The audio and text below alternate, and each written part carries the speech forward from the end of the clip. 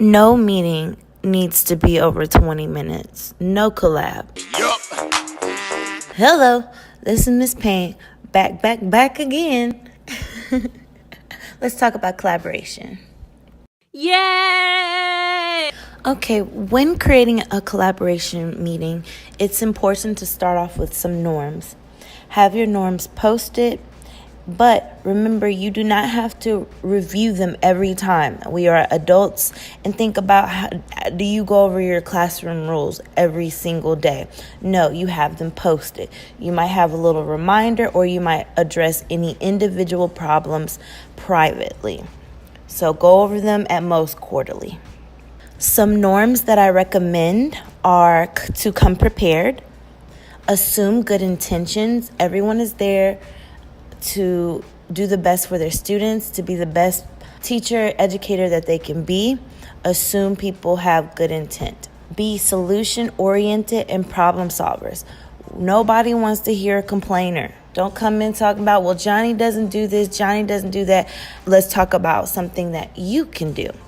Hand in hand, there needs to be someone to lead or guide the meeting. So when someone gets off on a tangent or a complaint, that leader can remind us of, hey, we've got this time left in a respectful manner. For example, once again, Mrs. Betty is still talking about Johnny for 5 minutes and all the things that she has tried. Well, in my mind, I'm thinking this is an individual problem, Miss Betty. Let's get back to what we're here for, because this meeting should not go over 20 minutes. If I am the recorder, I would say, Miss Betty, I appreciate you bringing that up. Perhaps we can talk about that after the meeting. We only have 15 minutes left, and we really want to get to these points. A reasonable person will understand, and the meeting will stay on track. Now, I recommend having clearly defined roles. And not only that, keep the roles consistent. Some people believe in rotating roles, like, hey, I'll be the note taker this time, or no, that already takes up time trying to figure out who's going to do what. Your first meeting, who wants to do this? Who wants to do that? Keep it consistent and keep people accountable. It's hard to be accountable when you are not growing in a position or when you're trying something new every single time. Are more motivated to come when they have something that they enjoy and they understand how to do efficiently and they've had practice with it. To help create clear, defined roles, at your first meeting, you can take a survey or just have a quick opening conversation that recognizes and has the teachers share their strengths or their needs. This can be a quick verbal conversation where a teacher can say, hey, I'm great at adding these activities. My strengths are exceptional learning. My strengths are working with ESOL students. I love creating lesson plans. See what everyone wants to do to contribute. Going back to the beginning of your collaboration meetings, a lot of schools and administrations are having SEL, social emotional learning time, but at the water cooler behind closed doors, the teachers say, we don't need this. If you need to talk to someone, we are adults. Talk to your pastor, your counselor, talk to your friend, go to a therapist, do whatever you need to release stress. So maybe consider not having a 10 to 20 to 30 minute SEL activity. If anything, do a formal check-in. What do you need from us? That's what you could say in the group. What do you need? Do you want to share anything? Or you can do a quick rose and thorn. What are the highlights or low points of your day, your week, this unit? Or just a quick, hey, how are you? That will suffice. And then you can move on.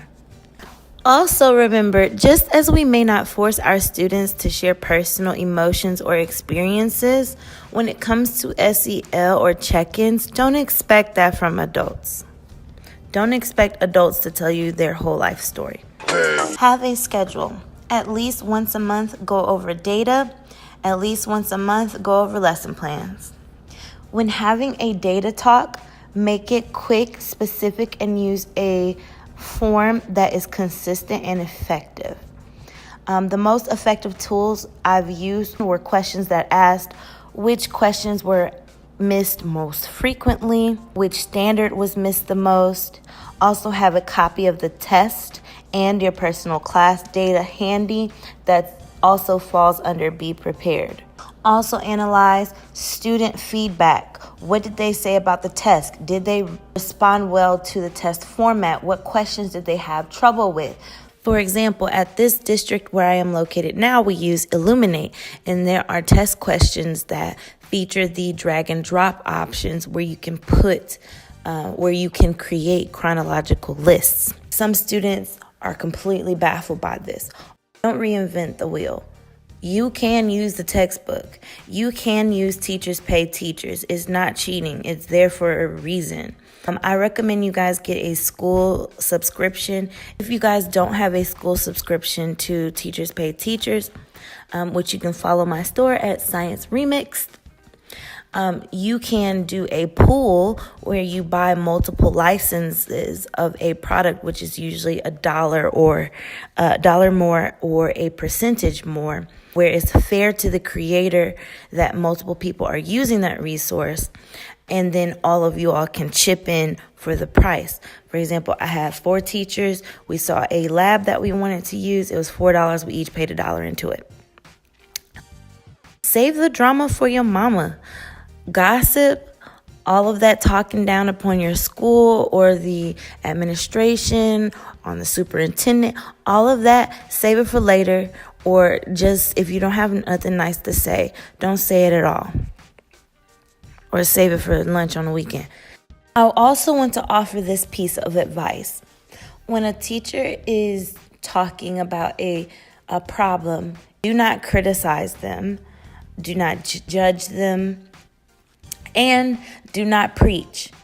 And preaching means offering advice when it was not asked for, when it wasn't solicited. At most, when someone's going through something, ask them, how can we help? They will say, I need advice. What suggestions do you have? But don't preach at them. Don't say, well, you should have did this, or I do this in my class, or no one asked you.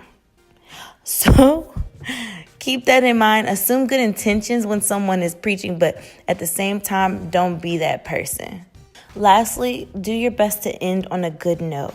Share a praise report. Have something concrete at the end of your meeting that everyone can take away, whether that be someone shared a new tool, or you have an effective remediation plan, or everyone shared something positive for that day. Thanks for watching. This was part 1 of I'm eating a peanut butter sandwich. Let me finish this right quick. Which reminds me, don't eat during collaboration meetings. That's not lunchtime. Lunch and learns are not cool. I mean, that's an unpopular opinion. Check out that video, by the way. And on this one, leave comments, subscribe, leave suggestions of other things that you do during your collaboration meetings. And if you want to stay tuned, I have a new video coming up about just specific scenarios I've done in the past regarding collaboration. And I have a video on teachers of Reddit. We are living single and in the 90s kind of world. I'm glad I got my girls. Keep your head up, what? Keep your head up, that's right. This life gets tough, you gotta fight. With my homegirl standing to my left and my right, true blue. It's tied like glue. We are living, hey, single. Da, da, da, da, da.